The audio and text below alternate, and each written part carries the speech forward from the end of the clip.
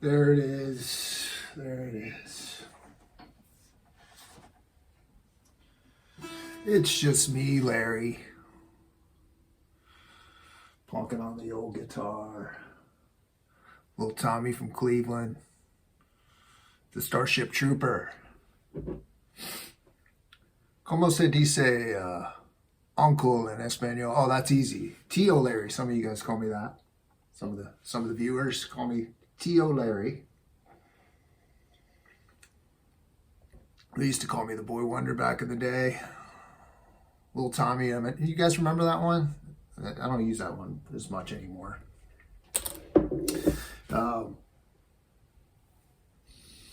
Hello, friends. Hello, class. Hello, kids. It's just Larry, like I said. Proud Eastlake High School Class 87 alumnus. Me and Stipe Miocic, you heard him before? Pretty tough guy. Uncle Larry can throw some elbows. I like to say, you ain't playing basketball if you're not fouling a little bit. Uncle Larry used to play some basketball back in the day.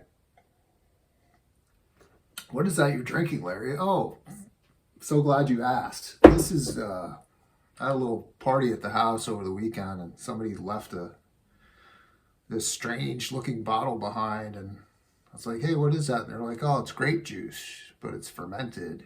Some people call it wine. It's like, I'll try it. It ain't beer, but it'll do in a pinch. I've talked about this before, but imagine how tough it was for people back before there was guitars. I mean, they had to invent fermentation so they wouldn't die. It's tough finding water that wouldn't kill them. And who's the first person that, made some grape juice, let it sit long enough that it fermented, and then they tried it and they're like, this is the greatest thing ever, and then it just kind of spreads. But that's how it is with people. Somebody will have a good idea and then we all just kind of copy it. I like to think Larry has some of his own ideas from time to time. I don't know. But, like I said, welcome back to the program. I say that program very intentionally because I live in the South now. Nashville by way of Cleveland. Or is it Cleveland? Yeah, that's what it is. Yes. Used to live in Cleveland, moved to Nashville long time ago. A lot of water under that bridge. But yeah, it's moved to Nashville, and the rest is history, as they say. When I was in Cleveland, I would have said program. It's more of a hard A by the lake in Cleveland. Doing the homeschooling program. Well, now it's program. Uncle Larry adapts to his environment. Always, and it's very important. You got to read the room. I've always said that. I was playing that 1-6-4-5. God knows Lord knows, I've played some 1-6-4-5s in my life. You can't get away from it, But as we all know, music's so much better now. Right? That's what we think? No. We might not think that. But yeah, I was plunking on this guitar here, and you're like, well, you might ask, Larry, why weren't you plugged into anything? Well, I can tell you, I am an absolute amp hell right now. All my amps broke, same time. I shit you not. Evo's working 24/7 to try to get me some amps back over at the house. But this, as you know, Uncle Larry likes to play guitars that are older than him. Some people call those vintage. I don't, whatever. I like old guitars. Everything before 1965 is my jam. We all know that by now. But I have a friend, my friend Haas Bender sent this over. This is and then I've played a pile of these. I've had a pile of these over the years. This is he says a Guild Starfire 3. It's actually, and that's what it says if you look in the F hole here, it says Guild Starfire 3, but it's actually a 2 because it doesn't have the Wang bar on it. Or the Guildsby. Guild made their proprietary Bigsby. They called it a Guildsby.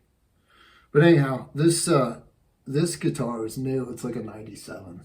So, my buddy Haas Bender wanted me to try this for him. And as you know, with Uncle Larry, it's just the brutal, honest truth, the harsh truth at all times. And Haas, if you're on Haas Bender, I mean, like, some people think he's like an international criminal. He's always been a sweetheart to me. Nice guy. And I'll tell you what, like, no one is the best thing they do and no one's the worst thing they do. So you might think Haas Bender's the worst person on earth. Uncle Larry doesn't think that. To each their own, right? Takes all kinds of people, Uncle Larry likes to say. But yeah, this Starfire 2, it's 97. And I'm not going to tell Haas what to do. I'm just going to say, like, this wouldn't last long in Uncle Larry's quiver, if you will. I would move it on down the line. Remember that song? ZZ Top, Tres Amigos. I mean, think about how young those guys were when they made that album. They write that song that's kind of out of left field. It's basically like the best song that Bob Seger never wrote. And they did it time after time. And people say, like, oh, Larry, do you like Billy Gibbons have any impact on you and how you play the guitar? Is that a real question? I don't know. So, like Haas, I would move this down the line. But that being said, our buddy Dan Huff, as he so succinctly and eloquently put, there really are no bad guitar tones. There's just context or lack of context. What does the song need? What does their 1645 need? We all love cowboy chords. Cowboy chords are great, but how about, like, exploring the neck a little bit? I don't know. Maybe throw in a add 13 or a major 7 or an add 9 or whatever. Just do something different. What do I know? I've only been playing the guitar for 47 years and I've owned like 800,000 guitars and I don't know. I do this silly channel. Thought maybe I could help some people. Well, what does Uncle Larry know? So, without further ado, I just wanted to this is already getting long. I know I've been hammering you guys with videos. Is that okay? I don't know. So let's look at the VCB. Some people, a lot of new people to the channel, some people forget what that means. It's viewer comment bin. There's some hot stuff in the VCB. Oh, actually, I don't need these. Take off the corporate eye. So, I saw Stringy. I call him Stringy. Some people call him String Locker. But, remember when he used to change his screen name all the time? And then I had kind of a diabolical thought. It's like, what if String Locker and Deer Creek Audio were the same person? That'd be a Twilight Zone kind of moment, wouldn't it? But anyhow, Stringy, that's what I call him. And Danny, we're going back and forth a little bit. Danny does his prose and Stringy complains about how he doesn't make sense. And you look at sometimes I'll pin stuff just to see the carnage. It's fun for Larry, it's the least I can get out of all this free content I put out into the world with my heart and soul. No one reads the comment or my video descriptions, and it's the least you could do for me. You know what I'm saying? So, Stringy and Danny were just going back and forth, but I'm not going to get into that. You can check that out yourself. It was on my last video. But anyhow, got a question here. It says, Tom, how important is listening? Listening's everything. I mean, do you think that if I played a part that was even a hint off, like Gordon Boat's not going to immediately call me out? That dude hears everything. He hears the space between the notes. He hears what you played, what you should be playing next. And I'm kind of like that too. Like, you know, people are like, well, how are you always in song mode? It's like, that's just how I am. Like, I hear the entire song in my head and I do my best to recreate that. So you got to listen to yourself as well, obviously. Well, listening's everything. Here's another one. Tom, love the show. Thank you for that. How important is phrasing? Phrasing's everything. I mean, and I'm going to get in trouble for this, but I think you're kind of born with that.